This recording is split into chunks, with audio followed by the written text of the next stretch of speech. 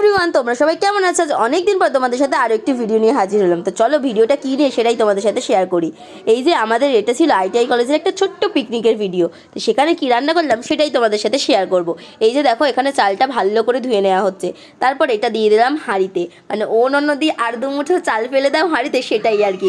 এখানে ননদি দিয়ে দিচ্ছে চাল হাঁড়িতে।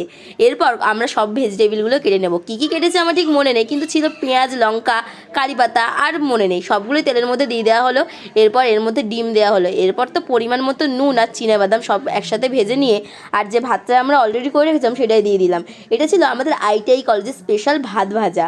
তো সেটা ভিডিওটা কেমন লাগলো অবশ্যই বলবে।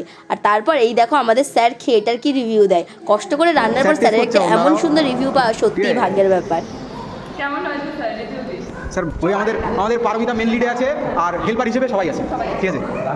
রাধুনি ফিডব্যাক দিয়ে দিয়েছে কিন্তু, ঠিক আছে। মানে তেলে খুব একটা চ্যাপচ্যাপে হয়নি। আচ্ছা। অনেক সময় মানে তুমি তেলে চ্যাপচ্যাপে হতে খুব আনহেলদি হয়ে যেত। আচ্ছা। তারপরে হচ্ছে প্রত্যেকটা চালের সঙ্গে চালের একটা অ্যাটাচমেন্ট আছে। আচ্ছা।